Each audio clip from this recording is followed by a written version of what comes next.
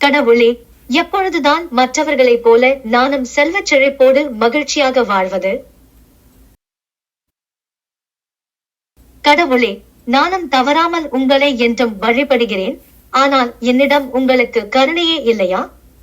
மகளே, நீ தினமும் இங்கு வந்து கடவுளிடம் முறையிடுகிறாயே, உனக்கு என்னதான் வேண்டும்? முனிவரே, வணங்குகிறேன். எனக்கு மிகுந்த செல்வத்தோடு மகிழ்வுடன் வாழ வேண்டும். என்னால் உனக்கு உதவ முடியும். என்னிடம் 2 மந்திர கோல்கள் உள்ளன. ஒன்று நீ என்ன கேட்டாலும் உனக்கு கொடுக்கும், அதைவிட 2 மடங்கு அதிகமாக உன் அண்டை வீட்டாருக்கு கொடுக்கும். மற்றொன்று நீ என்ன கேட்டாலும் உனக்கும் உன் ஊரில் உள்ள அனைவருக்கும் சமமாக பகிர்ந்தளிக்கும். உனக்கு எந்த மந்திர கோல் வேண்டும் மகளே? நான் மற்றவர்களை விட அதிகமான செல்வத்துடன் வாழ்ந்தால்தான் என்னால் மகிழ்ச்சியாக வாழ முடியும். ஆனால் அண்டை வீட்டுக்காரருக்கு 2 மடங்கு செல்வம் கிடைக்குமே. சரி, பரவாயில்லை. மிக்க நன்றி முனிவரே. தயவு செய்து எனக்கு முதல் மந்திர கோல் தாருங்கள். அப்படியே ஆகட்டும்.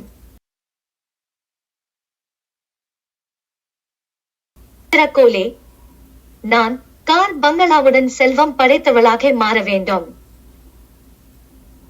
கடவுளே, நான் செல்வந்தராக ஆகிவிட்டேன்.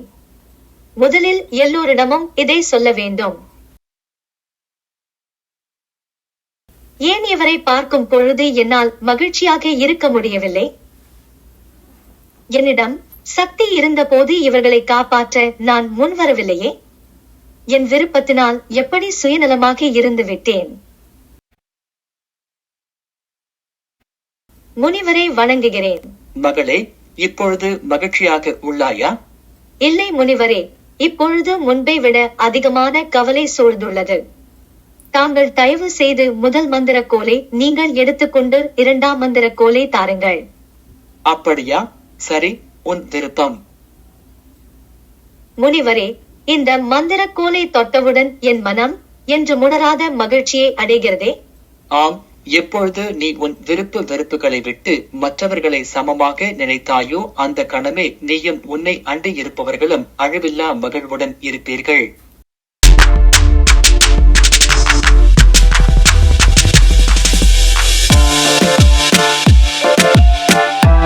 வேண்டுதல் வேண்டாமை இலானடி சேர்ந்தார்க்கு யாண்டும் இடும்பை இல. விருப்பு வெறுப்பு எதுவுமில்லாத ஆண்டவனை வணங்குபவருக்கு துன்பம் என்றும் இல்லை.